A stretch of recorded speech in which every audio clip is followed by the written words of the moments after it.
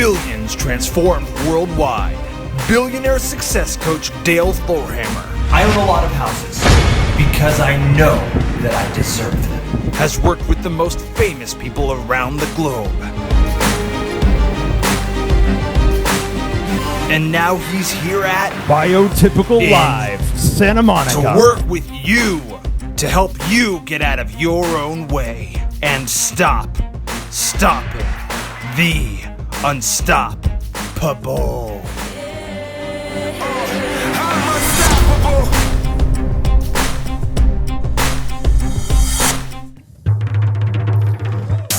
Ladies and gentlemen, if you're ready for a transformational experience, let me hear you say breakthrough. Get out of your seats and on your feet, because here we go. Come on. Come on.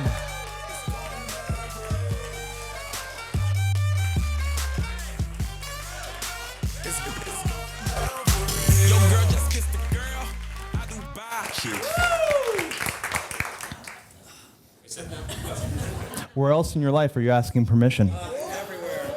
Oh, wow. Oh, that's a breakthrough. Welcome. God, right there. I'm in a room full of powerful people. It takes a powerful person to come to a seminar to change their life. And an even more powerful person to lead one. I honor you for being here. Just me. I honor you for being here. Just me. I honor you for being here.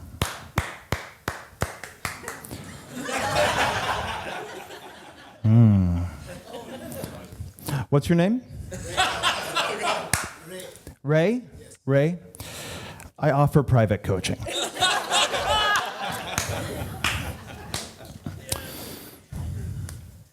Who am I? Yes. I'm Dale Thorhammer. I'm a transformation artist to the stars and a success coach to the personal developmentally challenged. I've worked with the best and the brightest around the world. In my early 20s, I studied with the most enlightened teachers of consciousness. And in the later years, the most profound teachers of self-development. Together. Daniel? And I've brought these together to create this hybrid work of self-consciousness. My clients are the most self-conscious people you have ever met. But will this work for you? Yes. Yes, it will. I can do this. But am I going to need your help? Yes. No, I'm going to do this all by myself. I've laid out your lives, the potential futures that each and every single one of you has, the best versions of you in these slides. So if you are ready to see what lies in your future, let me hear you say yes. Yes. Let me hear you say yes, Queen. Yes, Queen. Let me hear you say yes, Queen. Hey, Daniel. Very good. Here we go. What's here? Nothing or unlimited possibilities? You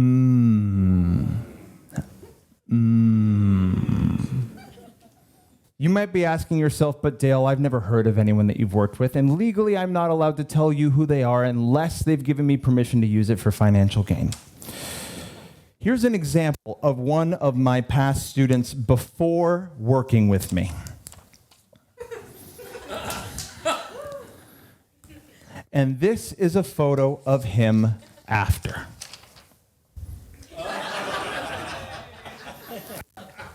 This is Brian McElhaney. Brian is here tonight, and he is here to give a testament of the power of this work. Ladies and gentlemen, let's see if we can coax him out of his shell. A round of applause for Brian McElhaney. Brian, come on out.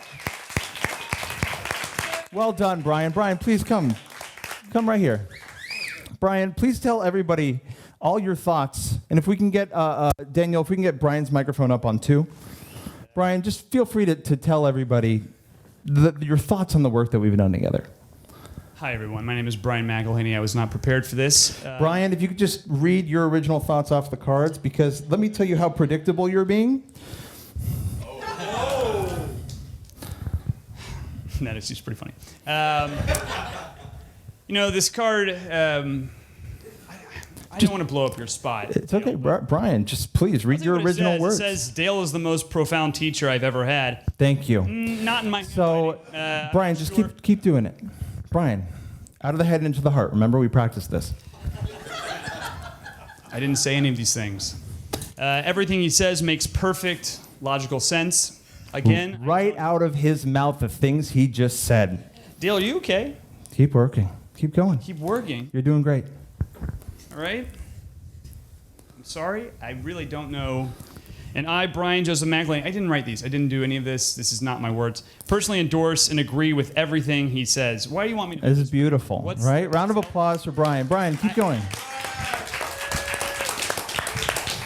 Dale, you have to know they can see through what this is. All right. Beautiful. Transparency is crucial in personal development work. Vulnerability. I hate everything. Keep him going, ladies and gentlemen. You're doing a great job here, Brian. I hate, even though it's a joke character. Hate is just the opening introduction to love, my friend. Keep going. Means nothing. And give full credit for all of my success, past, present, and future, to Dale Thorhammer. It's just the same shit. Brian, stop. I know you keep telling people that, but honestly, a lot of it comes from you. Keep going. How many of these are there? Okay, this is the last one. I have learned a valuable lesson, period. No. Round of applause for Brian. What lesson did I learn? And as we know, Brian has learned a valuable lesson. Okay. You're welcome, Brian. No, I did not say thank you. Brian. I won't do it. Brian, it's okay. No, you don't need to resist anymore. Okay. Beautiful. You're welcome. No. We'll keep working on that resistance. Ladies and gentlemen, Brian McElhaney. I'm sorry that Fantastic. This is my introduction. You don't need to apologize anymore, my friend. They love you for who you are. Thank you so much. Brian Joseph McElhaney. This is all available for you as well. Through my coaching courses, my certification practices, all available for the very low price of $100,000. And if you can't afford it, that is a sign that you need to take it. I'm going to offer you all one last thing before I go, because much like 9/11, transformation is an inside job. Oh, it's okay. You'll get there. I promise. Look inside yourself. The way in which you view yourself. Where else in your life are you late? Yeah, good. The way in which you perceive the world is the way in which reality will look to you. Stop judging yourself so harshly. Who in here, is it Daniel? Who in here is able to find something positive about themselves, something that they like about themselves? When you have it, just raise your hand. And it could be anything. Maybe you brushed your teeth this morning. Maybe you did laundry this week. Just when you have something that you like about yourself, just go ahead and raise your hand. Beautiful. All right, great. Not a lot of hands go up that quickly. Now, think something in your life about yourself that maybe you're a little about. Maybe something that you struggle with a little bit. When you have that thing that you nitpick about yourself, just go ahead and raise your hand there. Yeah, hands go up a lot quicker for that one. But I want to let you know that the things that you don't like about you are actually pretty great. What don't you like about yourself? You have a hard time speaking when put on the spot. Or do you like to choose your words carefully? What don't you like about yourself back there in the hat? Not many things. She has a hard time thinking of specifics. That's okay. Or are you more of a broad, general person? What don't you like about yourself? I offer private coaching. Ladies and gentlemen, this world needs you now more than ever. So I urge you to take out your credit cards and go steeply into debt in my courses. and I look forward to seeing you there. Thank you so much.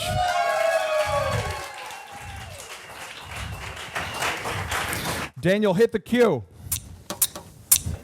Oh, wait.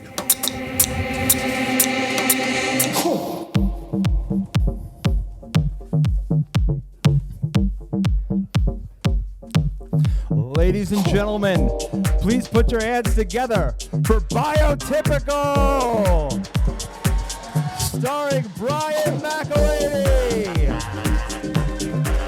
Ross Everett, oh my God, where was I? Hey! And Rodrigo Garcia Products.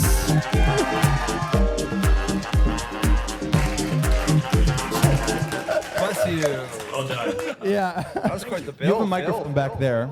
And if we could bring up all the microphones now. Hello, everyone. Hi, guys. Welcome. Gosh, Ross, I hate that character so much. Thank you for He bringing me up on loves you, stage. man. He loves you. The 9/11 joke is great. They hate it. I've it's never so done good. that one I before. was like, that's really funny. My It's the butthole first went. time I've liked Dale. Yeah. That moment. And I was like, oh, actually, I can fuck with this I was guy. like, I'll throw this out on the time that we're filming, you know. If you guys haven't heard the last episode of BioTypical, where Dale Thornhammer listen was our guest, yeah, Brian left the episode twice. I mean, we can talk about it, but like, it's a character, and I can't stand it. Like, I just like I view it as real when it's happening to me. I've and never seen you react like that to anyone, Yeah, I real know. or fictitious. I know I can handle. I feel like almost anyone, but not Dale, man. I just, It just feels good to have a little bit of kryptonite. And Brian, you know, if you're working through, he offers private coaching. I'm not taking it. Okay. Should we sit down or should Wait, we? is that a real card? Yeah, I made business cards for him. Yeah, this guy has two of them. Yeah. Wait, you're showing it? Yeah. You look like you need it. Yeah. What does that mean? All right, great. Should we sit down and talk? What are we doing? Well, we're going to bring on our first Oh, we're guest. going right into the yeah, guest. well, we could do a little bit of crowd work because I know that you said that you had some stuff that you wanted to just kind of throw to the wolves. But Again, stop throwing me to do these things I don't have planned for. Welcome to how I feel every time we're walking down the street. Yeah. And he goes like, do you want to hear something amazing? Ro, tell them. Yeah. Do his thing. and then Rodrigo goes, "You have gastritis," and they're in front of their friends and family, like, "What the fuck, man? Like what?" I mean, 90% of the times it Yeah, I mean, but that's why they react so poorly. We tried to get a bike with it on Venice Boulevard. It did not go well. Yes. Yeah. But we're going to put one of you or 8 of you are going to be put on the spot later tonight, and you'll get to feel that firsthand. You've already found the person that you're going to snake out of the audience and bring them. All right, just get ready to cry in front of a lot of people, and you don't know how many people are that's going to watch fine. this online. So now we have a moment of the show. Brian told me that he absolutely did not want to do this. Don't make me do this dance. No, you're going to sing songs. Oh, great. I want to do that. Yeah, okay. And Well, I dance. do want to do the songs. Oh, you did? Yeah, of course. I love doing the songs. And dance? No. I like. What? What are you talking about? Dance? Nope. We're going to do the songs. And dance? Nope. I'm going to move over to the keyboard. And dance? We have a graceful transition here. So, Brian, do you want to preface this in any way, shape, or form? Yeah, I guess I'll just. I was going to play a few. I started playing comedy songs a few years ago. Just kind of played piano as a kid. Is this awkward? Thank you. Well, all right. Okay, we're all right? All right. Are you guys going to stand here and fuck with me the whole time? I feel like that's what's happening. We weren't, but, we'll see. But now that you mention it, You guys can hear this, right? Oh, thank you. That feels nice. You guys can hear this piano? Ish? Okay, cool. So these are just, I'm going to play 2 songs I've written. They're kind of comedic and kind of, I don't know, there's something, but here I go.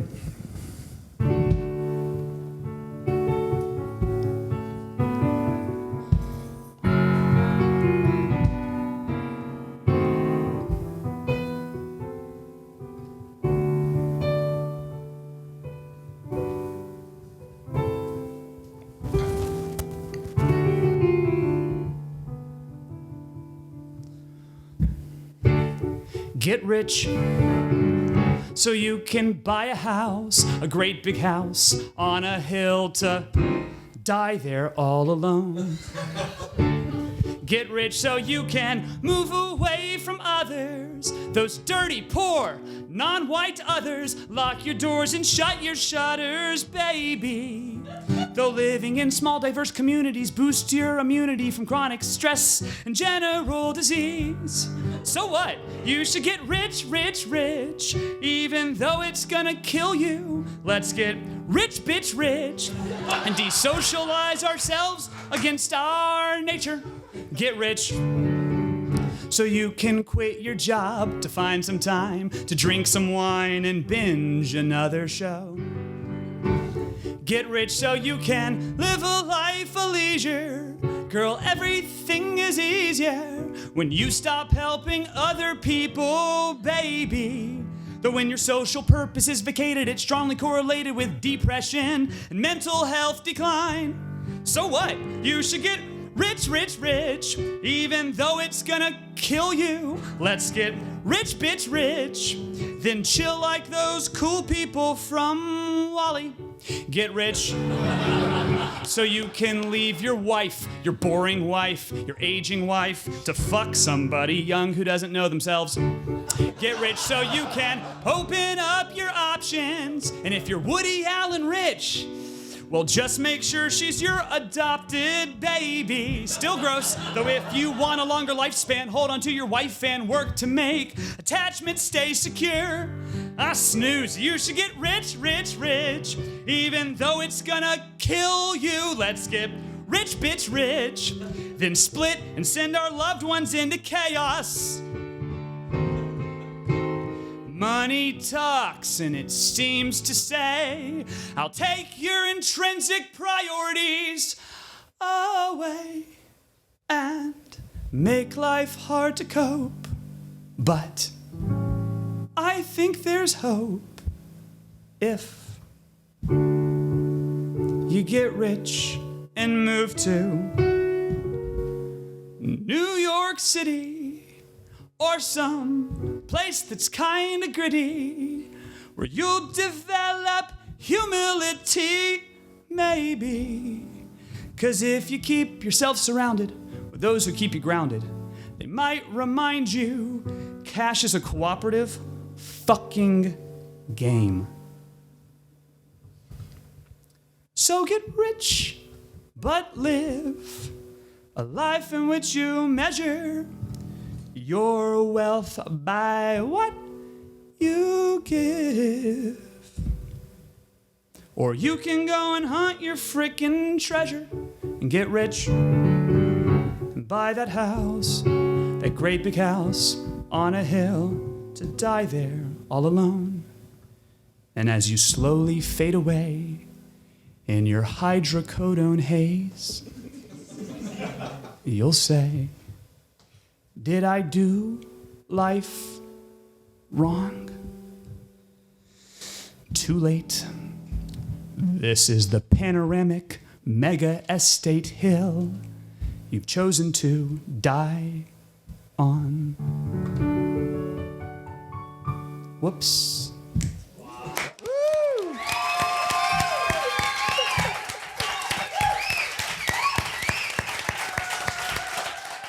Thank you. Okay, I'll do one more. This one's a little newer. Every Disney princess has something called an I want song. I want to be part of your world. I want more than this provincial life. I want to build a snowman. And this one. A simple town that I've outgrown, or a kingdom where I am heir to the throne. Either way, I'm bored as shit and all alone. I'm stuck in place, just so dismissed. It's a pretty face with awesome tits. But behind these tits, a passion sits and it says, there's something big out there for me, something none of you can see. And I will find it through a 3-act structured hero's journey. I'll scream it's mine, and they'll say, girl, preach, till what I want and reach. I want an individualistic expression of the modern Western narrative that happiness can only be contingent on my temporary bodily cravings. 'Cause if I conquer one big goal, it will heal my soul. But there's this voice that says I should forget that dream for the common good. But that idea makes me so nonchalant. 'Cause I've been taught to want a want.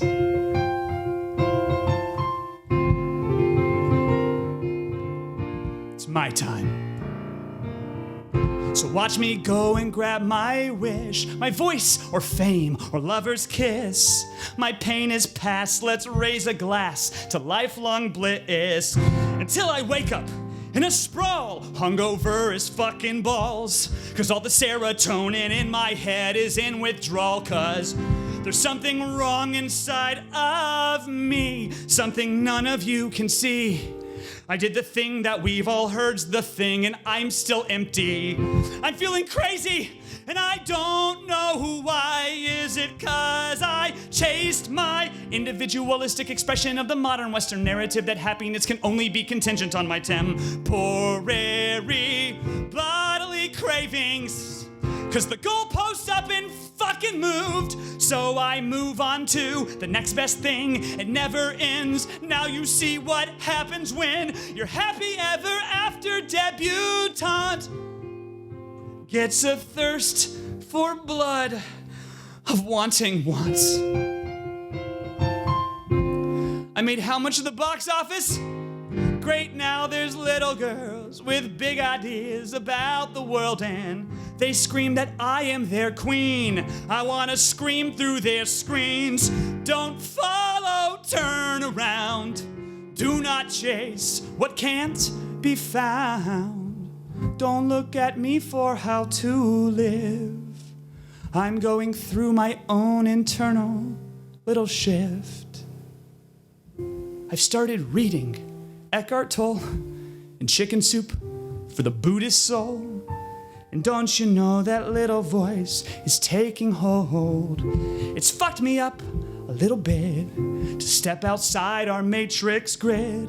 'Cause all these Reddit red pill threads have shown me that I live in an exploitative hierarchy fueled by classist jealousy. But if I take this acid tab, then it will set me free. I took too much. I'm feeling weird. My body disappeared. I'm sinking into fear. The darkness is creeping near. I can't see no purpose for my life. I'm blank inside. My God has died. Wait! There's a light. If we just live a strictly collectivistic expression of the ancient Eastern Taoist way that nature lives inside us all, and happiness is never held, but only felt through acts of service and patient love. And oh my God, I love this drug. I'm dropping my egoic mask. What I become, do not ask me, 'cause I'm not your bitch. I'm not your moral.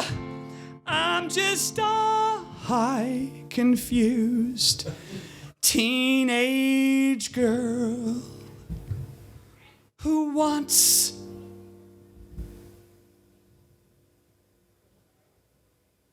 to breathe and nothing more.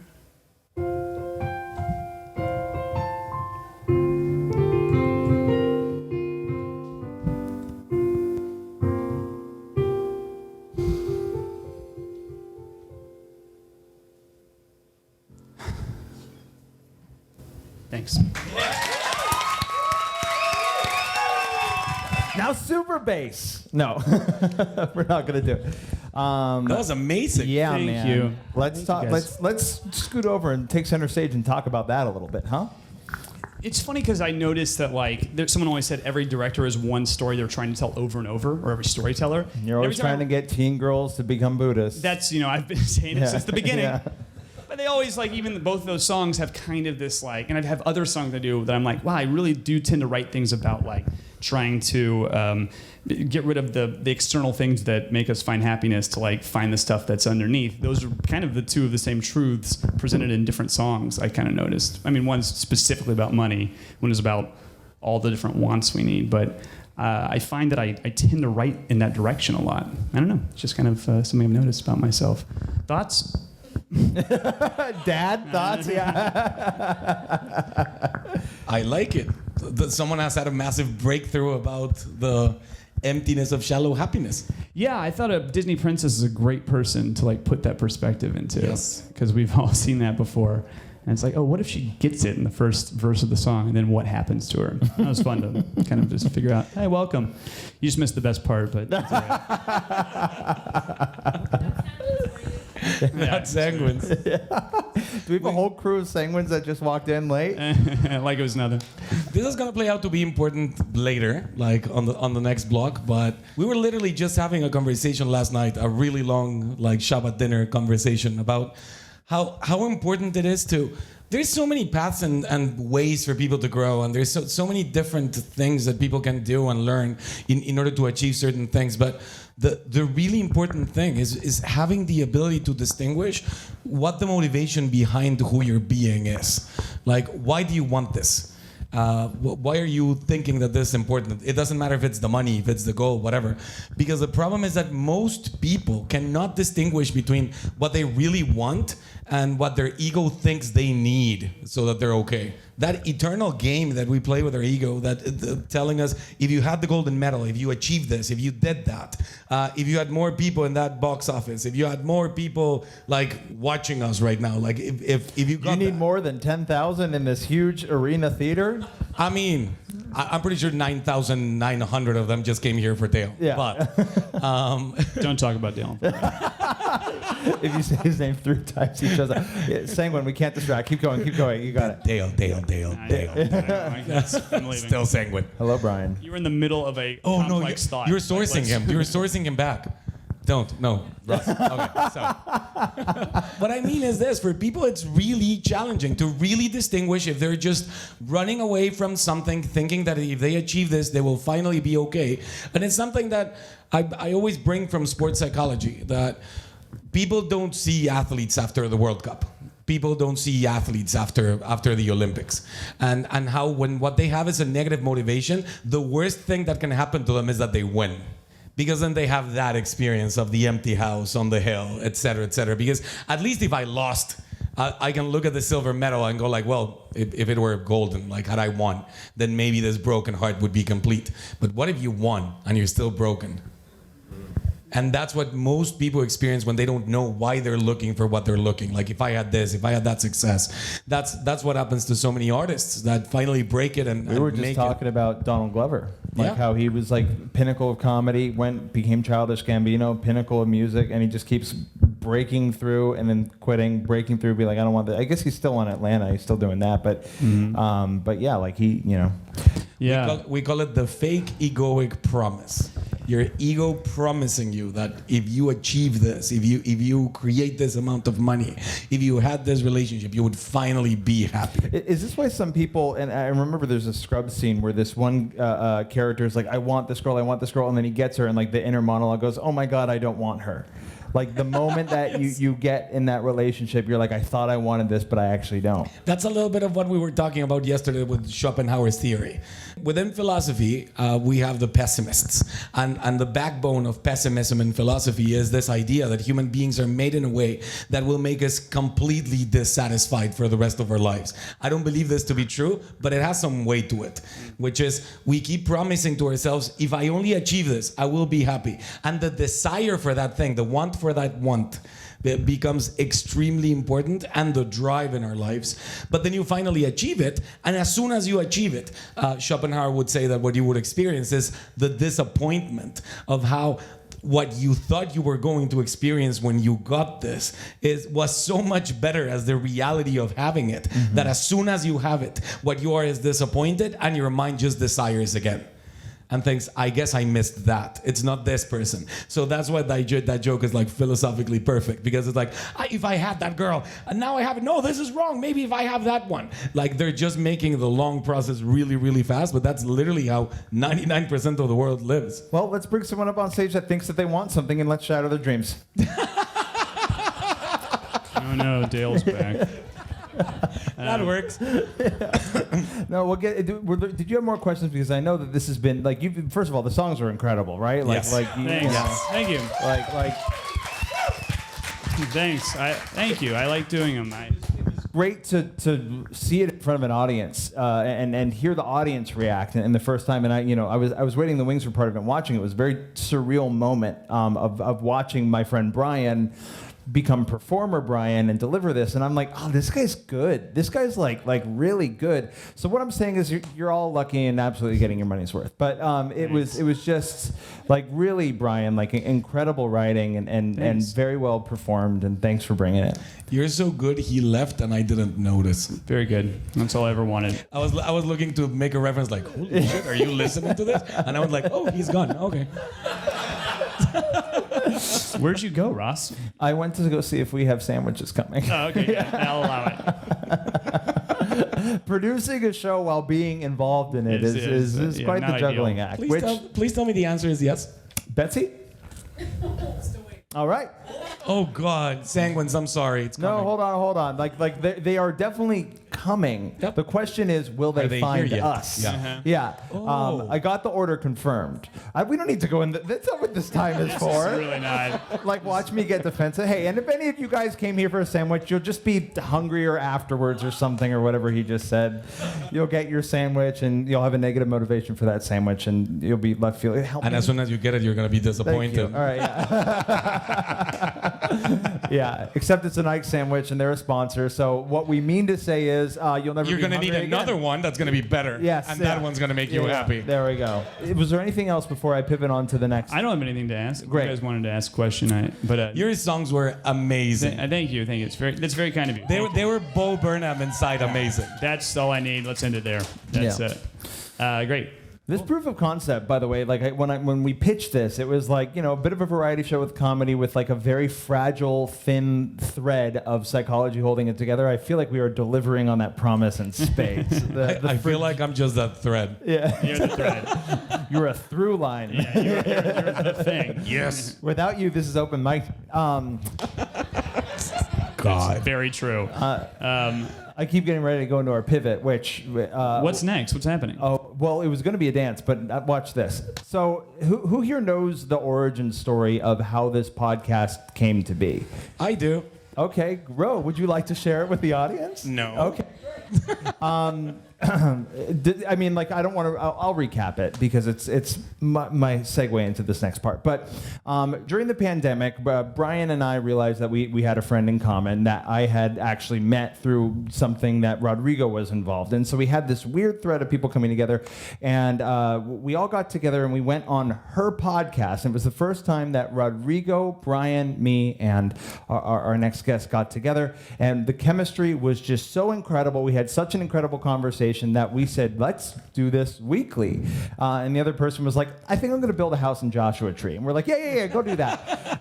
But we call her the godmother of our podcast. We're so grateful for her. We love having her on, and she's here with us today. Ladies and gentlemen, please give the biggest round of applause for our godmother, Megan Batoon. Yeah. There she is. Okay, so Megan, Ross. initially we were going to have you dance, but we're retiring from dancing. No, we're not. I'm not Are gonna, we? I don't know. Are we? It's a sanguine retiring. Got It's retiring for now, and then it'll come back in a couple Do you months. guys It's happened so many times. Do you guys know what a sanguine retirement is?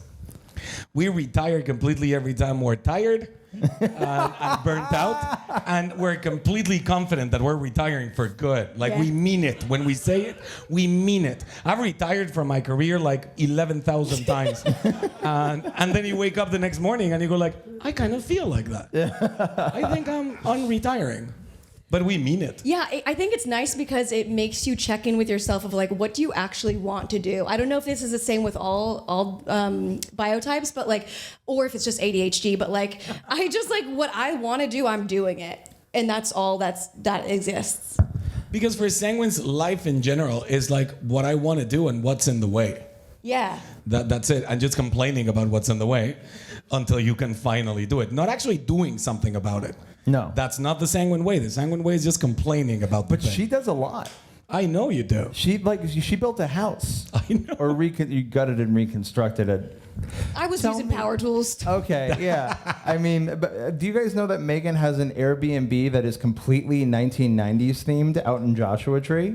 You gotta go. That she built with her hands. That Can you she built. How do you search for it on Airbnb? Do people like search for the 90s house, or do you just sort of come across it? Like, can you search on Airbnb for like different styles? Like, could you search for the 90s I think they house? have experiences, but yeah. Gotcha. Yeah, it looks like you're in a house in the 90s with the VCR and VHS tapes and Nickelodeon stuff. I mean, it's like you did it. You found. How long did it take you to like go on eBay and find everything? Well, I worked with my business partner, but I think like we were trying to find like the way to escape reality in the most fun way, and it was going back to the 90s. Before we had all the things that we have now that take us that connect us so quickly to everybody around the world, but disconnect us from ourselves. The fuck?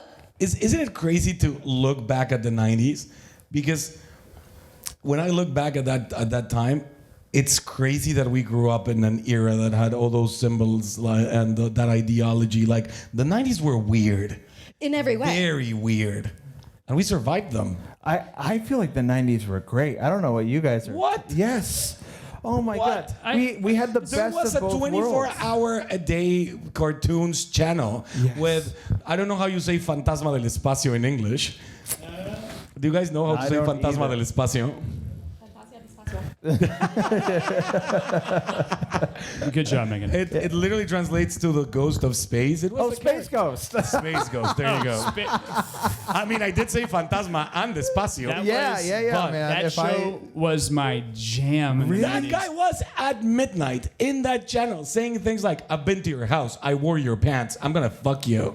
What? That's not For Space real. Ghost. For on Cartoon Network at 2 a.m. All in right, the morning. They translated it badly. What are you talking about? Space Ghost doesn't say I want to fuck you. What are you talking He would about? say, voy a cogerte in Spanish. Is it about Space Ghost Literally. and Zorak and Brack, those dudes? Yes. Yeah. Brack Yes. was my favorite. Yeah. It was a crazy time. Dude, have you seen cartoons from that time? Yeah, but cartoons are crazy now. If they aired them today, they Yeah. would cancel that channel in Yeah, 10 Ren and seconds. Stimpy would probably be a rough Yes, sell and right Beavis now. and Ren and Butthead. Stimpy is rough. Yeah. Rocco. Yeah, I love- but like a Rocco's Modern Life was another one. Life.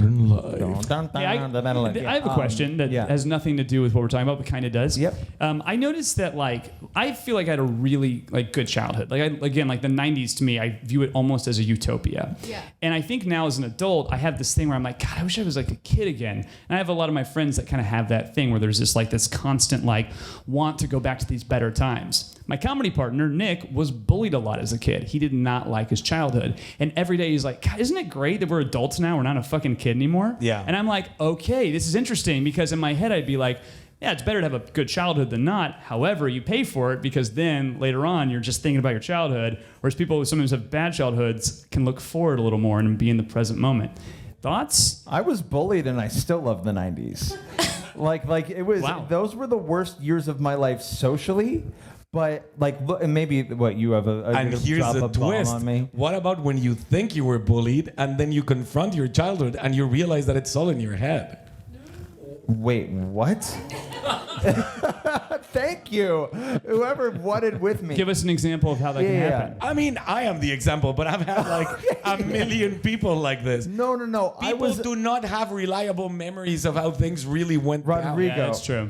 Someone made AIM screen names making fun of me. Yes. And IM'd me. This is the most 90s bullied story. No, it's always AAM shit. It's all. I Yeah. remember this making fake accounts and tricking people and telling you they What this are you shit. talking about? What? People was okay, so ICQ. Yes. So we had AIM, the AOL Instant Messenger was the thing, and once it launched, you left your parents' account, and you could create whatever screen name you want, Oh, unlimited Wilderness. amounts.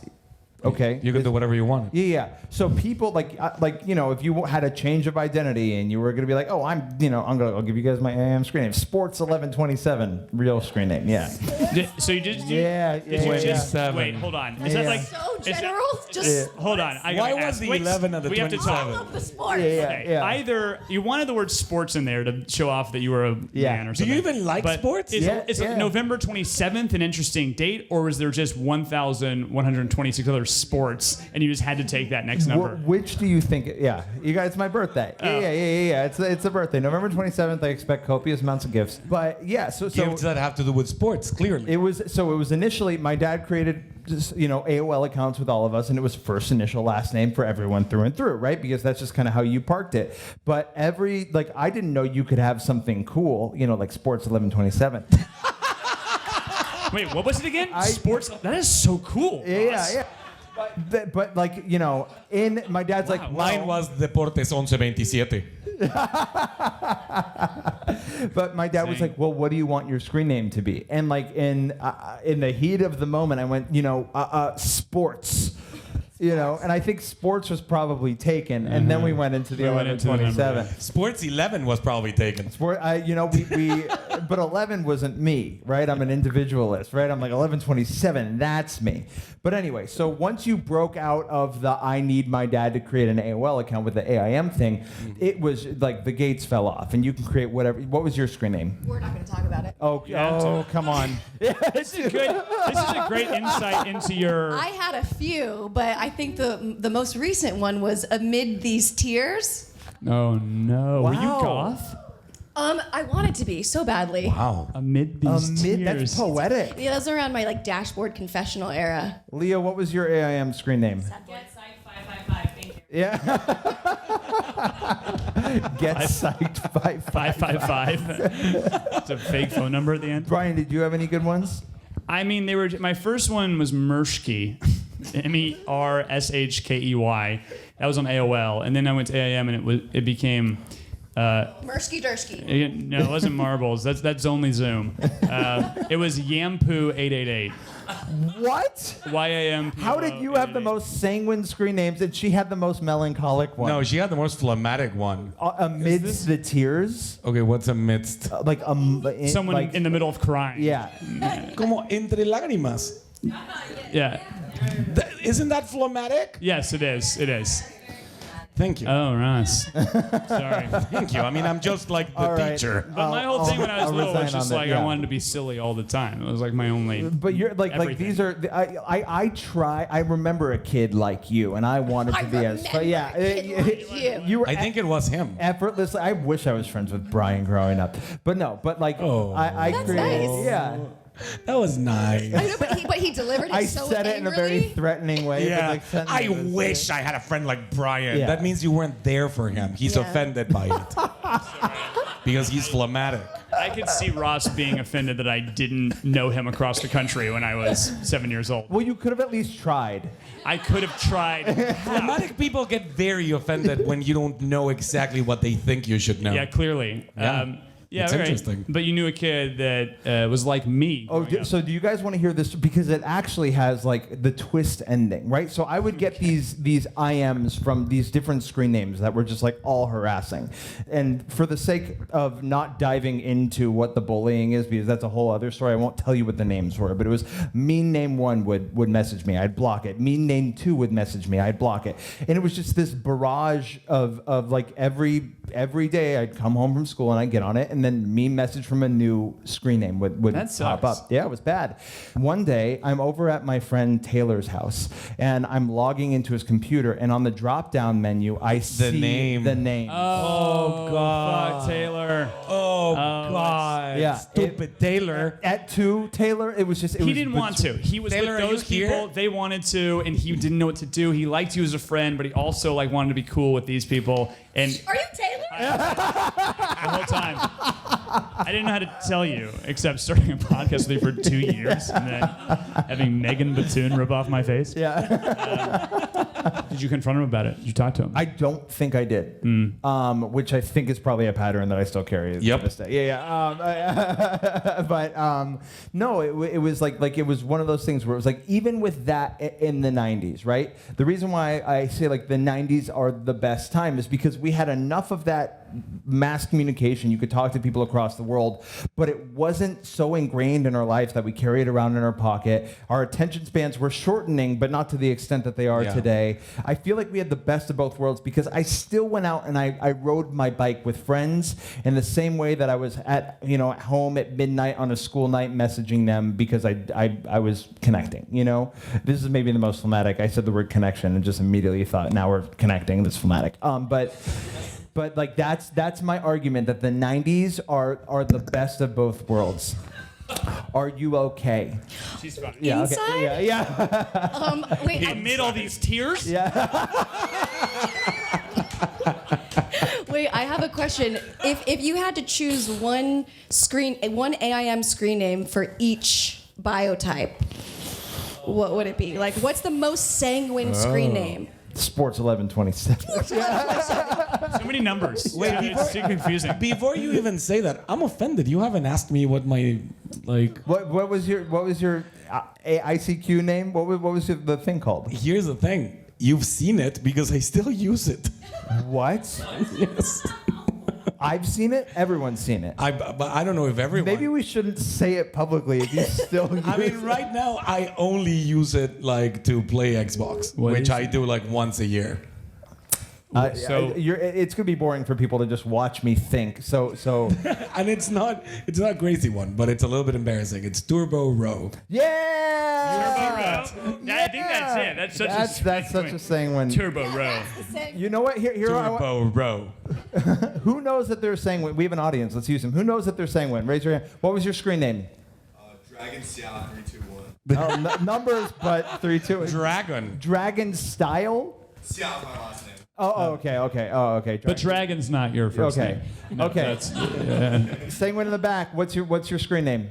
Roro Biggins. Okay, real close. Real close. Why Roro? My name's Rodney. Do you know what Roro means in Spanish? What does it mean? It means little baby that still sucks. I am not kidding.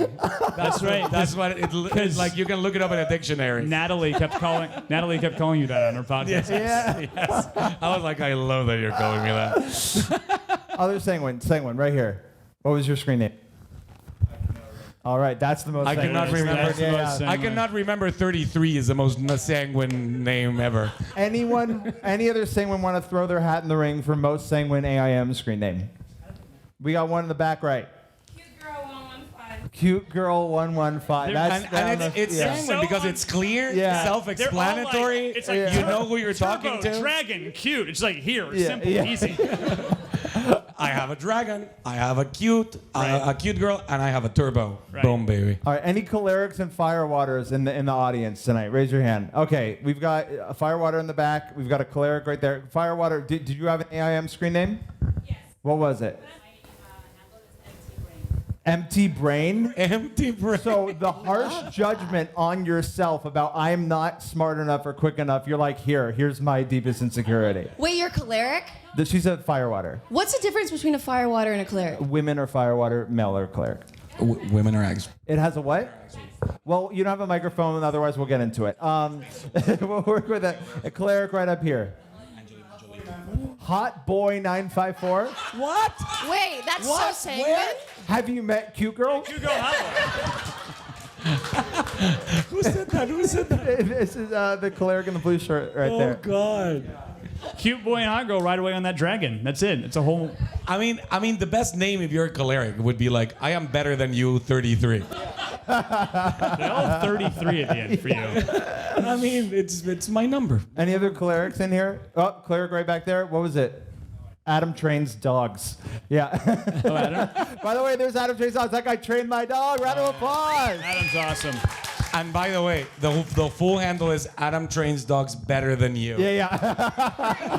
33. All right, melancholics. Where's our melancholics? Right over here. What was your AIM screen name? Woo! Oh, Very good. What a way to be lonely. All right. Wow, that is the most melancholic ever. Like, I didn't even have one because I kept thinking about which one to pick.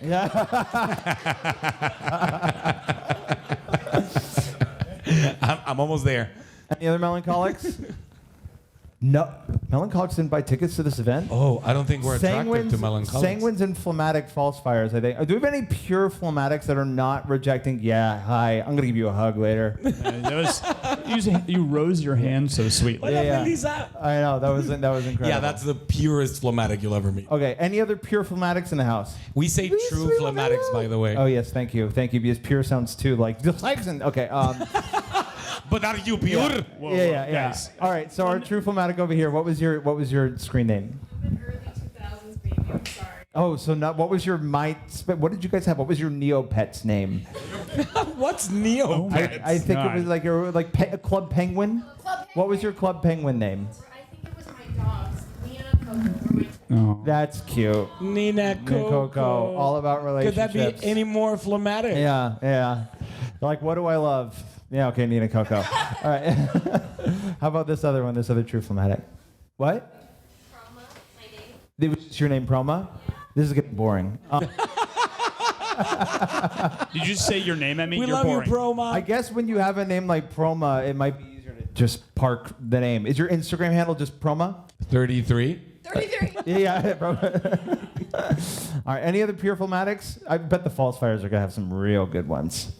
All right, falsifiers, hands up. Who thinks that they got I want to know it? who he is. I want to know who he is. Yeah.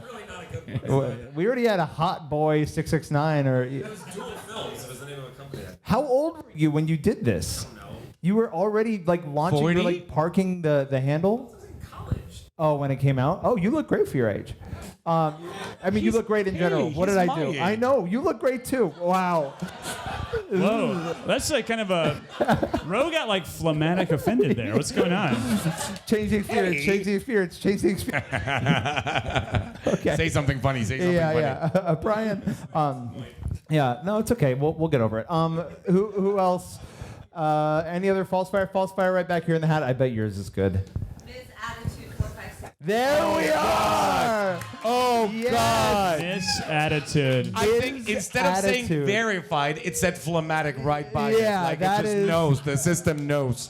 Wow. That's a winner. Anyone think they have that beat? Anyone think no? Yeah. All right, you win. You win our AIM screen game competition. And there's a contest apparently, and you win. By the way, everyone, I want to take a moment to quickly acknowledge our volunteers today. We have Crystal, who is as Daniel up in the booth, who has stepped into a position of knowing nothing and has been able to light the stage so wonderfully and done I incredible. mean, she is an engineer. Oh, well, way to deflate the combo. Yeah, never mind. You're doing just fine. No, you're doing excellent. And then we've also got Betsy, who took or marked your hands at the beginning. And it is Betsy's birthday today. Betsy, come on out here. Happy birthday, Betsy! Betsy, come out. Come here. Did she doesn't want to? She's shaking her head. She Are you really. kidding me? Betsy, Who are we singing happy birthday Yeah, to we are then? going to sing her happy birthday. Betsy, Betsy, Betsy, Betsy! I'm so sorry, but I'm also not. Ready for a lot of love? All right, on three, we are going to sing happy birthday to this beautiful, lovely, amazing woman. Are you ready? 1, 2, 3. Happy birthday to you. Happy birthday to you. Happy birthday, dear Betsy. Happy birthday to you. Happy birthday, Betsy. Thank you. You can kill me later.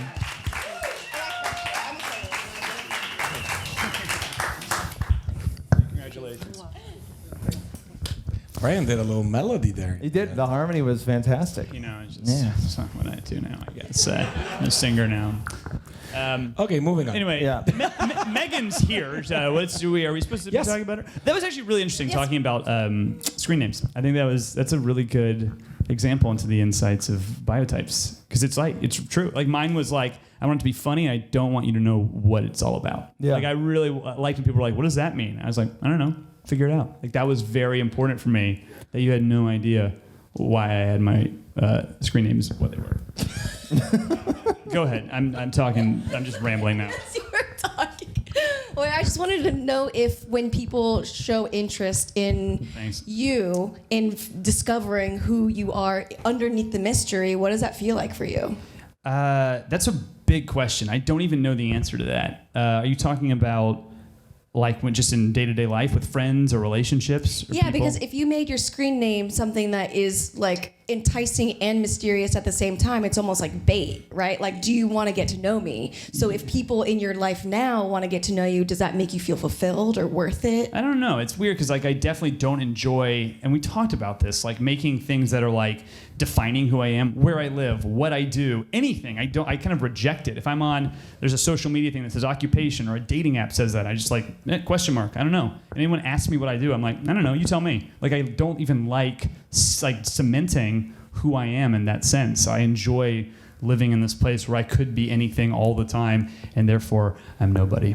Yeah. So yeah, I don't know. It depends on how someone is trying to get to know me. In general, I don't. I think I'm okay with letting people into me, but you guys can tell me if that's not true at all. Is that in a different way? No, I like it exactly how it is. Welcome Sorry. to the melancholy corner of the event, clearly. Yeah. Let's go deeper. How? I have no idea. Good question. I don't know the answer to it. Do you have another one of those really cool questions? Yeah, that was a great question. Oh, great question. Okay, Yeah, hit us with one of or Brian. You can do Brian again, but yeah, Okay, yeah, hit yeah, Ross with a yeah. question? I want to know what is curious about you. We're gonna put you in a host position here, Megan. you want to know what's curious about me, or you want to know my curiosity about you? That's the thing. Because you. English is so hard. I'm sorry. English is my business partner's second language, so I get confused sometimes. but Okay, yeah. of all of your insecurities, which one showed up the most today? God, Megan, you are good as a host.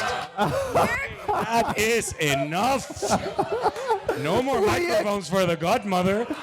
Leah's like, I want to know the answer to this. But yeah. Did you smell the fear all the way over there? The one that comes to mind is, am I going to drive people away? Which is like that is my thing. That's what has me hold back from all of my power is if I'm, and I think I've talked about this on the podcast. Do you guys know my traumatic history? Yeah?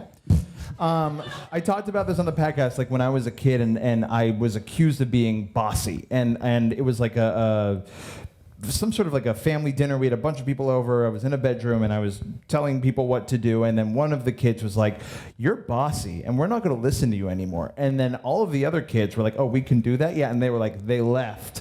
And then they went into another was room. that kid. Yeah, with Dale, I'm that kid Yeah, for sure. Which is we'll get into why Dale is me in a little bit, but Yeah. I lost everything. Like they got up, they left. It was like this moment in me where it was like if people don't like you or like what you're asking them to do, they will say no and they will leave and they will take everyone with them. So today, in terms of like getting this going, and by the way, if you guys want to touch my heart, you could just tell me after the show, like, this was so well produced and you did such a good job, and I'll be like, oh, thank you, I did everything for it, I tried. But making sure that the pieces were here. Thank you. Oh my God. This is the best produced event in history. It's so funny because when I first learned about biotypes, I was like, no, I'm the emotional one. I'm a really emotional person. And I see Ross sometimes, and I'm like, get it together, man. What? Just like chill out. Like if the show goes good or bad, who cares? What are you talking about? I have the same thought about me. Russ reminds me all the time. I keep telling people, sanguines think that they're phlegmatic because sanguines can experience the depth of phlegmatics like for an instant. And then I hear you talking like that and I go like, yeah, I'm not phlegmatic, like at all, at all. We had such a good conversation yesterday, and Rodrigo's like, Ross, like, I respect your intellect, like, so deeply.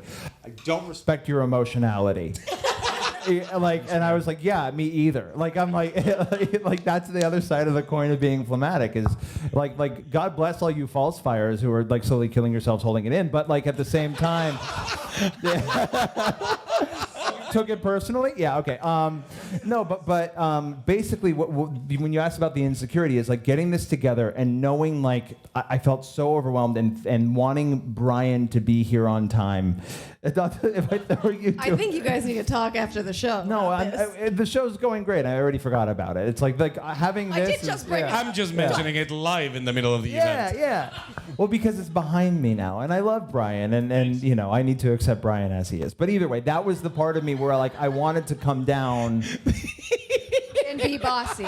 Am I gonna regret this? You're not supposed to say all those things out loud. She You're asked just- a question. I'm an Those are open yes, book. I- thoughts, Ross. But she didn't say give us your whole thought process while describing it. I didn't respect. I was just sort of like, whatever. We have no tech. Whatever. I can show up right as we start, and we're fine. It worked. I did not respect your emotionality. I knew you would be mad, but I was just sort of like, the show will be fine. So It's the I don't difference mind being between late. being a dad or a mom that watches your kid and goes like, I'll accept them exactly as they are on the inside because you love them, than to go like, and that's who you are, and I guess I'll just accept you that way. Yeah, no, I have a hard time doing that. You mean keeping it inside? Well, I got lost because I was actually just thinking about how much I appreciate Betsy and Crystal because they showed up on time. But like that, Unlike you. God, this is like. like they really were my super. Hey, I showed up on time. You did. You were excellent. You did everything you needed to do. And that's I that's show how you up give a late sanguine what once they need. and Yeah. I had Yeah. no idea would offend you. This Okay, much, keep Ross. fighting. I'm enjoying No, this no, day. no. It's not a fight. But like for me. But also, this is the thing about like, there's a value system to it too. Because when people are late with me, I don't care, and so I forget that people care more. Megan, do you have another question that could destroy another friendship? No. I need to. I carry them in my pocket. I'm not trying to say like you should. I know. I think it's probably something more broken in me. Like you should care. People should be punctual. No, Now ask something but that makes also- me fight her. No. I want to end it Just with some this dad because stuff. Yeah. I actually admire you, Brian. And when we were here doing the tech for this show, like, boy, is this a fucking meta thing. But the way Brian handles things under calm, collected control, he doesn't let his emotions get in the way. And I just watch him do it and I go, man, I wish I could do that. You're the best director I know. Well, you right here. So I mean. I know. And wait, But at the do same you know time, him? You do. You're a great director, but he's the best director I know. Oh. And let me. The first thing you did was push me. Yeah, I actually literally I pushed him don't out of agree the door. with him. I think. Yeah. I actually think that you're fantastic. Keep inviting me to your premieres, please. Yeah. Don't feel ill will towards me for what he said. I like this stuff. I'm really torn apart deciding who to please right now. But back to the compliment that I was giving Brian, because when I watch Brian work, I wish I had that in me, and part of me believes, and this is maybe false, but this ties it all back together.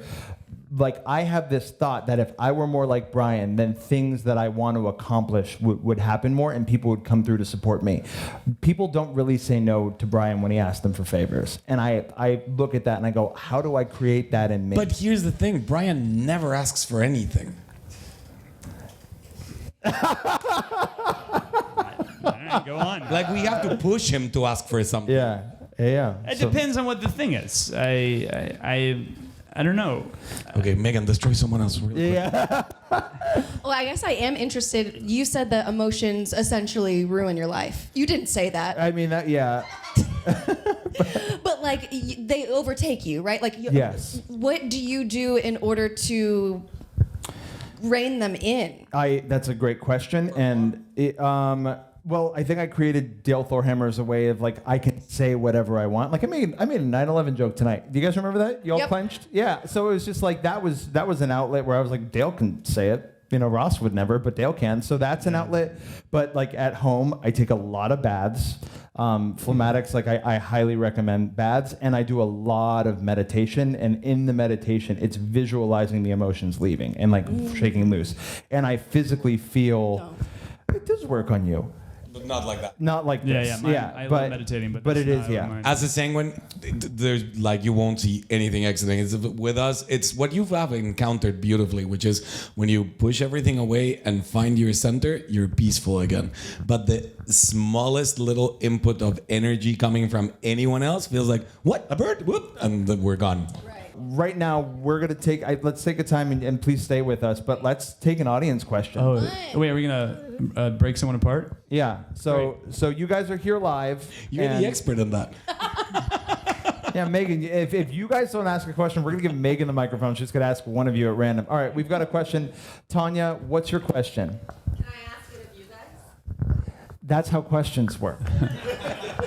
My question is, what do you want to be acknowledged for? What do we want to be acknowledged for? What do we want to be acknowledged for? Tanya, come down because I want this on microphone. Just come on down. Round of applause for Tanya as she makes her way down. That was great to watch. Also, you guys, I sometimes I teach clown, and I have a really funny idea for Tanya. I wish I brought it, but I want her to eat an almond while holding it with two hands. I think that'd be very funny. Anyway, Tanya, come on. Okay. Hi. Welcome, Tanya. Hi. We love her. Awesome. Yeah. Thank you. All right. We're going to hand you this microphone, and then go ahead and give us your orders. Okay, so the prompt is what you want to be acknowledged for, and then I want you to respond somatically. So either through acting it out, through a sound, but not actually telling us in words. Did you? We're in an improv class. Like, Okay. Okay. You like? Tanya, stand over there just for the camera. Okay. Thank you. Can we get an example? Yeah. Yeah. Yeah, I think if you ask that question, you gotta do it. Good move. Okay, yeah. Okay, so I'm going to show you what I want to be acknowledged for, and it's going to include all of you. Okay, here goes.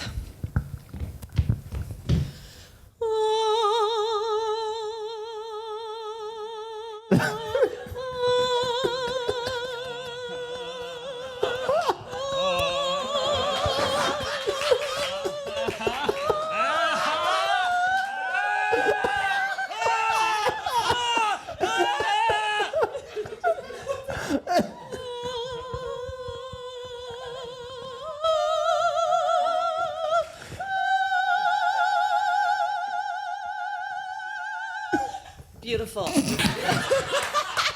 Okay.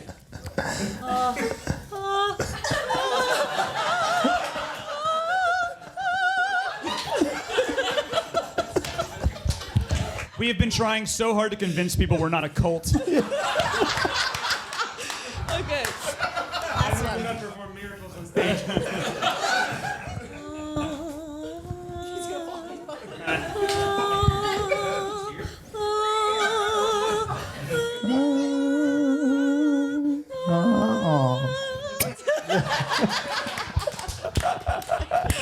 Okay, you get it? I know.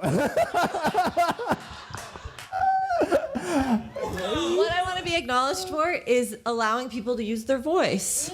Oh. It's okay. That's okay. It looks different for everybody. I thought you wanted people to like your singing. That's what I thought that was. I mean, it's like it's mixed. I thought you wanted to say you have a really nice voice. And oh, Yes. thank you. Yeah. Thank you. So I'll tell you. Do you guys want to? Because I was gonna say we're not gonna do that, but No, you don't have to do it that way. It's going to look different for everybody. So whatever your expression is, it's somatic response. So you're not saying it in words. But what we want to be acknowledged for? Yeah, so get creative. Tanya, Wait, I think you podcast is this? No, okay, Ross, do it. Ross, you do it. Just me? Yes, what do you Okay. want to be acknowledged for? Okay, but somatically, and then oh fuck, I can't believe I'm gonna do this. Okay.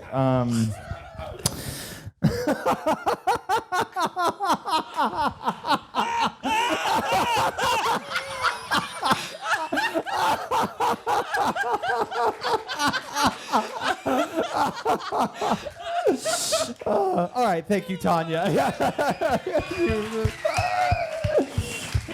You guys, this is perfect and weird and a little confusing. And very confusing. Weird.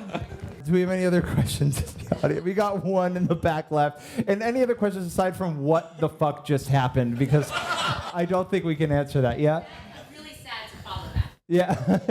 I'm just curious how one can tell if they're phlegmatic or fake. Oh, how can one tell if they're phlegmatic or a fake? Do you want the chart? I don't think I need it. All right, great. Let's talk about how one can identify. Are you curious about if you're a phlegmatic or a fake fire? Okay. Come on down. I can tell you, Good answer. I haven't even seen you. Just by listening to your voice and the words that you used, you are a fake fire. But let's see. come down on here down. so that Yeah, we round of validate it. applause. We need a chair? Batoon's chair? We'll have her stand over there The last time I asked you, you told me I was phlegmatic. because you almost kind of look Yeah. sanguine. Well, fake fires are phlegmatic. Yeah. Okay. So can I see your hand like this? Here. Fingers together? Okay, perfect. You are phlegmatic. But fake fires are also phlegmatic. Yes. Remember that all false fires, as we call them today, are phlegmatic. And the only way to distinguish is it's not physical because they have the exact same biology. They have the exact same body. Like false fires and phlegmatics are exactly the same physically. How do you distinguish? Because it's a personality thing. So we rarely have names for combinations of biotypes and personalities except for phlegmatic false fires because they're so prevalent, because we have so many of them. The only big distinction then is personality, how they act and how they show themselves in life. Now, do you want to know how they become false fires or how you can distinguish just by like interacting with one? I want to know everything. Oh, that was so false fiery. Yeah. Okay, so when it comes to their body, all the rules of phlegmatics still apply, but they dress different, they talk different, they act different. Let's put it this way: they like dressing in ways that make them seem like a very specific human being. They like dressing amazingly or very professionally or with a very unique style. Most phlegmatics are looking for comfort. Fake fires are not. Like even though their body wants that, fake fires are willing to be ridiculously uncomfortable, like all through the day because those shoes look amazing, or because that dress looks amazing. They tend to go for lighter colors when they're doing their hair. They talk first. They like commanding the conversation. They use very precise words. They're not wishy-washy with their emotions. They're very clear with what they want, and they're extremely frustrated with how dumb people and relaxed people around them get in their way. Yeah. Frustration is a very common feeling. Yes, you could be friends. I've done stand-up.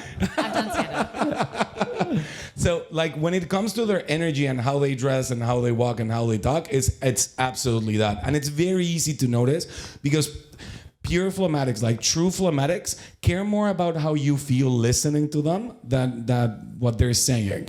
This is very Mexican, for example. Like in Mexico City, which is phlegmatic land, like people from other countries in Latin America make fun of us because of how we speak. Like Argentinians make fun of us, Brazilians make fun of us, Chileans make fun of us, because everything in Mexico City is small, tiny, and beautiful. You don't ask for a car, you ask for the little pretty car. You don't ask for a tea, you ask if they can gift you a little tasty tea. Like everything is like that. Why? Because the city is phlegmatic. So everybody tries to find the nicest way possible to say things.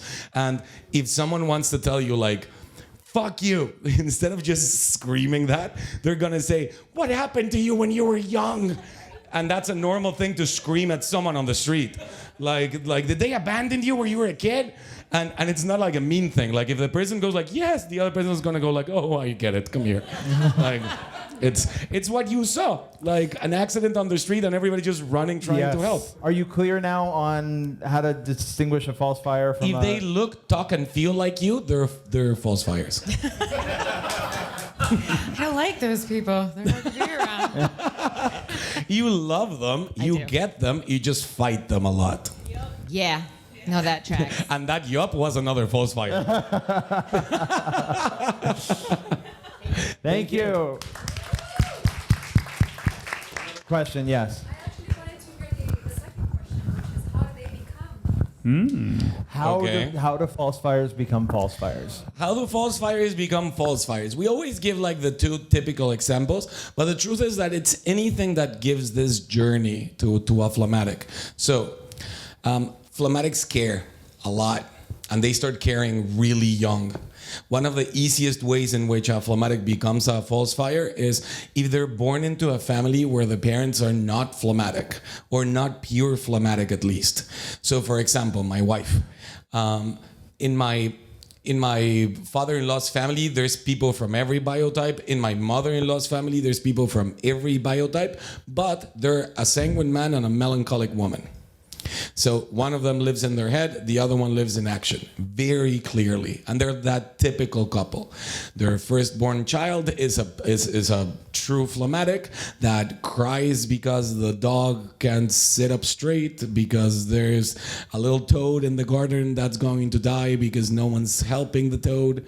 And by age, I think 4, she was already in therapy because her parents didn't understand the emotional depth of this baby. And for people that are not like true phlegmatics, that seems like an emotional problem. Like it seems like my kid won't be able to survive and just go through life because they care so much. So when phlegmatic children start experiencing the discomfort of their families because of how emotional they are, they usually start practicing becoming what we know as a false fire, which is I need the opposite personality of what I have. I need to act like I don't care and just look for specific objectives because if not, they're going to destroy me. And the other typical scenario is it doesn't happen at home. It happens in middle school, like we're becoming independent a little bit, creating our own friends. That little phlegmatic boy or girl becomes friends with someone. They tell them all their secrets. They become extremely close. They really care about that person. And one day, they create an AIM screen name that's Sports 1127. What I mean is, kids trying to fit in will always pick on someone else, many times not because they even believe it, it's just part of the game. But if I'm phlegmatic and I really care about my friend and we're really close and he knows everything about me and I know everything about him, and suddenly the cool kids like start listening to my friend and in order to look cool, he goes like, yeah, Rodrigo's stupid, like he doesn't even know, he blah blah blah, and he still pees in bed or anything like that. That was a secret that I shared with a friend because I'm phlegmatic. I'm gonna feel the deepest betrayal known to humans. And it's not something that any other biotype can experience. Like sanguines experience it briefly for an afternoon, and then we find food. Usually, and then we go like, yeah, pizza. I'm over this.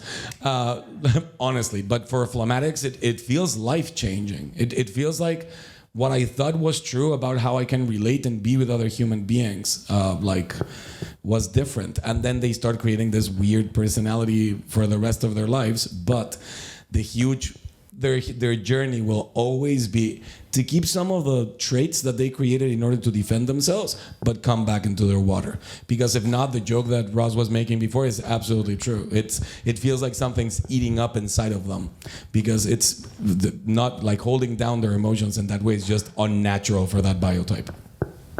Does that answer the question? Yeah. You're very welcome. All right. We get some more questions popping up.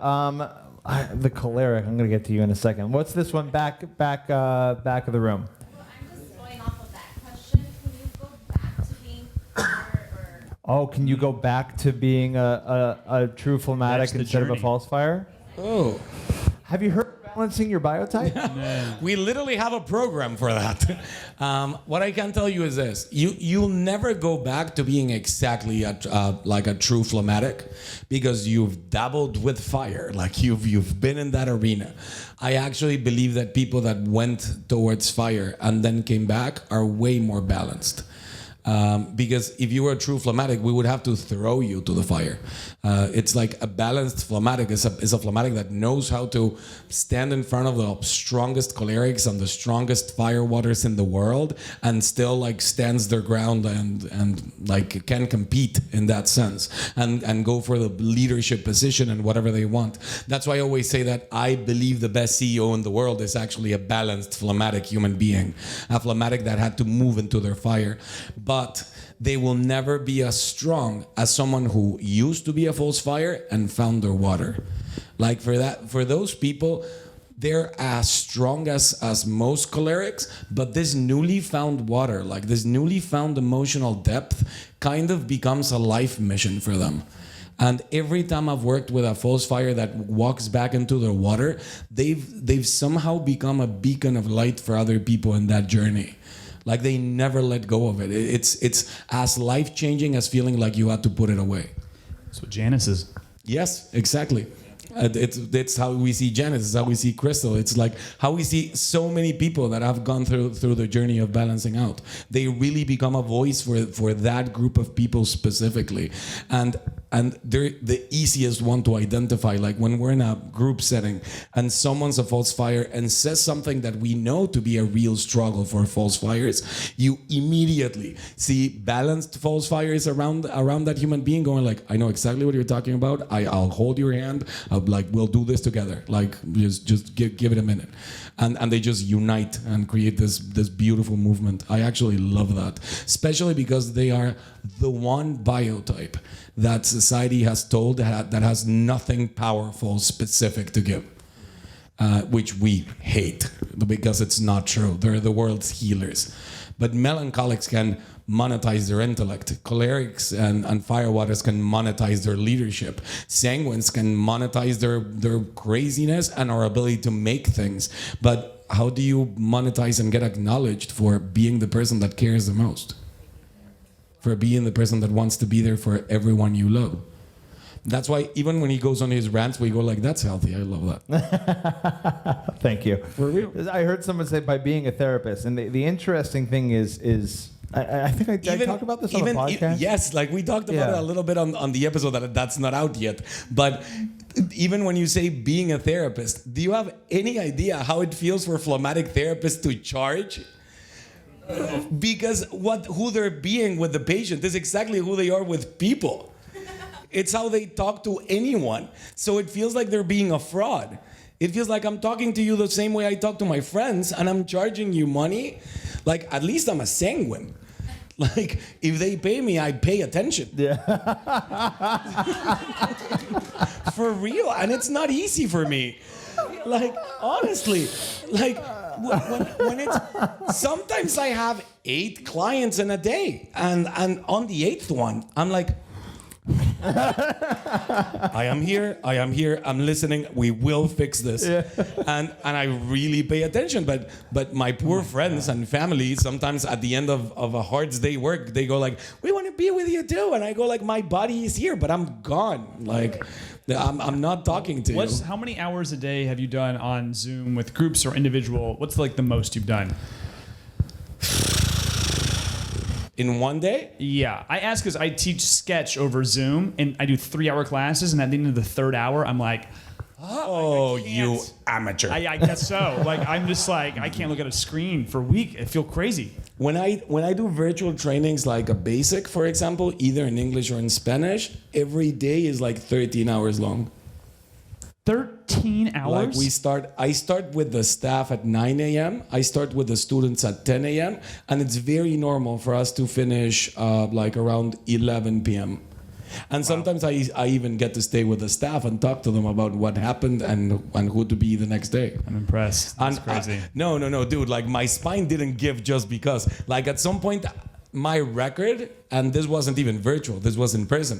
My record was 5 basics in a row, and when basics were 5 days long. Oh, wow. So it was from Wednesday to Sunday, like in Santiago de Chile, and I would get on a plane Monday morning, arrive in the next city where I was going to do the next training, like from Santiago de Chile to Los Angeles, and then I would rest here for like 24 hours and then another basic, 5 days. Yeah. And I had 5 of those. And then for some weird reason, my spine exploded. Fought against you. Stupid, weak, sanguine body. Wow. Can I say, like completely off topic, but sure. Now that you were asking like very deep questions, I was actually getting ready in case you asked something important. And I was like, okay, what's something really interesting that I'm going through? Like, what am I self-aware of right now? And there is one thing. I found it. And it's, I've always been... Someone's blow drying their hair over there. I always bring my vacuum cleaner in case it's necessary. So and I can make that joke because I am you're Mexican. The only one that can. Okay, so... But I just realized something today, and it's been like I've been self-aware of it a little bit on the back of my head, which is I was always the golden boy. Yeah. I was always the youngest one.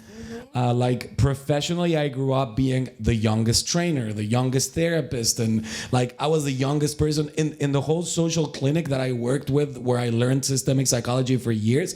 I was 8 years younger than anyone else on the team. Like I was always the really young one. And right now that I'm about to turn 40, and especially looking at these guys that are younger than me, and you that you're clearly younger than me too, I was standing back there with you guys, and I was like, whoa. I'm the old one now. And that's weird. I felt that last night. I went to the Virgil, and there was a Taylor Swift rave happening there. Oh, so I went a Taylor Swift rave? Yeah, I was like, that's what they called it. They came in. My friend's birthday party was there, and they're like, "Hi, are you here for the birthday party or the Taylor Swift rave?" And I was like, I guess now the rave. But I went in, they were like playing her album and a bunch of pop songs. And it's funny because like when the pandemic started, I was 33. I came out of it, now I'm 36. And it's like being in that room of everyone dancing to Taylor Swift, it was the first time where I was like, oh, I'm not of the oldest of the young generation. I'm of a different, the 22-year-olds dancing, I was like, calm down. Fucking stop. I was so Larry David in there. I was just like curmudgeon-y in a way that I used to never be. And I was like, this is too hot for me. I can't even. It's so crowded. Like, what do you got? Do you think you're cool dancing like that? Like, I was just sort of having these thoughts that I used to make fun of. But I was like, yeah, it's weird to not feel like you're of that young generation. And I feel like that with you guys, especially because I went through a new stage in life. I have a kid. I'm married. We're about to have another baby in April. And thank you. Hopefully a girl. Hopefully for my wife, a girl. And I really mean it. Because if we have another boy, my wife is going to have 3 kids. Very clearly. But every time I come to LA, for me, it feels a little bit, and I honestly didn't notice this until we were backstage just now. I was like, I kind of steal life out of these people. Like every time I see you, it's like, yeah, we're young again. We're young. I don't have a kid. I'm not married. This is fantastic. Blah, blah, blah. And then I go back to Mexico and they usually receive me with, here's the boy, change diapers. And I'm like, oh, yeah, little boy, come here. My little Santi that I'm in love with. But that completely changes my concept of reality. So I'm starting to understand a teacher of mine that was like 70 something. Many of you in MITT probably know her. Her name was Eleanor Hanauer. She was one of my teachers and I loved her and still do. And she was 70 something when I was interpreting for her, if I'm not mistaken, back in Mexico. And she would tell me, sometimes I look at my hands and I get confused. And I would tell her why. And she wasn't married. She never had kids. Like she literally dedicated her life to human transformation and traveling the world, just making sure that people got it. And she would tell me, when I'm hanging with you, when I'm hanging with everyone else in the office, I feel like we're all the same, like we're all the same age. And then suddenly I grab something and I look at my hand and I go like, holy shit, like I'm old. And in my case, I feel like it happened because of the shift of getting married. And yesterday we were talking about when Dale Thorhammer interrupted us in the other episode, we were actually starting to talk about this. Oh yeah, we were talking about. So what was this? It was about this? Yes. I remember I was like upset. It was the moment one. I was upset that he answered. Yes, because you barged in exactly when we were. I didn't do anything. Dale did. Stupid Dale started like barged in when we were about to touch on something important, which is I feel like there's so much literature and information about everything that happens to the woman becoming a mother. Like motherhood and everything that changes in their body and what your guys' body can do is ridiculous. Like it's not like the fact that you guys can create life is otherworldly, honestly. But there's so much written about that and everything that changes. And even within psychology, there's not a lot written about fatherhood and how that changes you. And it does. It really does. Like. I built myself not to get married. I was sure that I was never going to get married. I was going to be the best uncle ever. And that's who I was. And that little shift in, oh, wait, like this little human being actually depends on me working. And this whole family and my wife and this project and the new baby that's coming. And it really changes the ideology of who you are and why you're here. And I see that becoming a massive struggle for a lot of men because the world doesn't get us ready for this. Like you're supposed to be competitive and individualistic and never care about other people and think of your success. And then when you have everything together, then maybe you'll think about having a family. And that's not true. It's never how it works. Not at all. Like you're in the middle of trying to figure it out when suddenly everything changes and your idea of what success was going to be or what the end of your life was going to look like shifts forever. And it's weird to go from the best entrepreneur or the best psychologist, in my case, like I want to be the best coach, the best therapist, I want to create all these theories, to I just want my children to be happy. Like I'm gonna cry. Like I just want to know that they're gonna be okay. And now the thing that I brag about the most, and it makes me feel weird on planes, wherever I am, the thing that I brag about the most is that I'm convinced that I'm creating healthy human beings. Like I'm convinced. I look at my kid, and my kid blows everybody's mind. He can read, he can talk, he talks to strangers, he gives hugs. Like the amount of words that he says, being 2, he's so independent. Like he's happy. He's a happy boy, and he knows how to self-regulate when he gets mad, and he knows how to ask for things, and he breathes. Like he gets angry, and he looks at me, and when I look at him, I go, breathe, and he looks at me, and he just puts his little hands on his belly and goes. And then comes close and asks for what he wanted because now he's calm, like self-regulated according to him. But he's learning. He's really learning. And now I feel like, I don't really care what car I drive. I don't really care what I do. I'm just happy that there's other life that's being able to survive in a beautiful way around me. And that shift is very weird because it is kind of a funeral of the old Rodrigo and his dreams, but not in a bad way. Right. But I'm still figuring it out. So it's interesting. Well, look at where your dreams have gotten you today in front of these lovely, amazing people. Yes.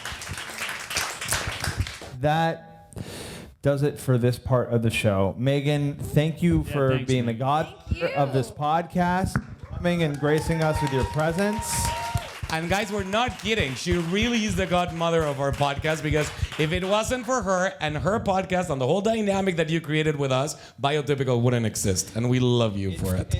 There's a feeling of home. Like when you're with us, it doesn't feel like there's any like external force here. It feels like just like habitual and natural. So we love having you here. Thank you so much.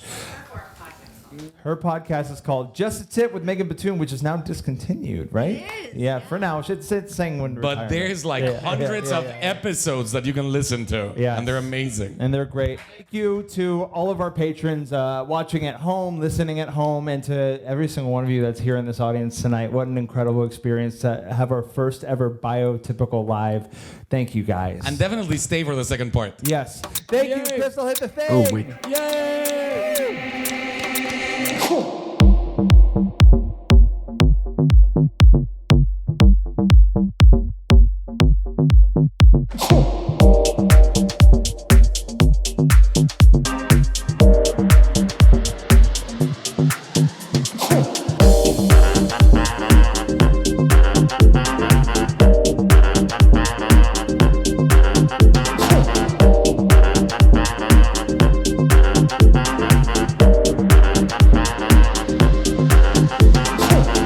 Bless you. Well done. That was quite the build.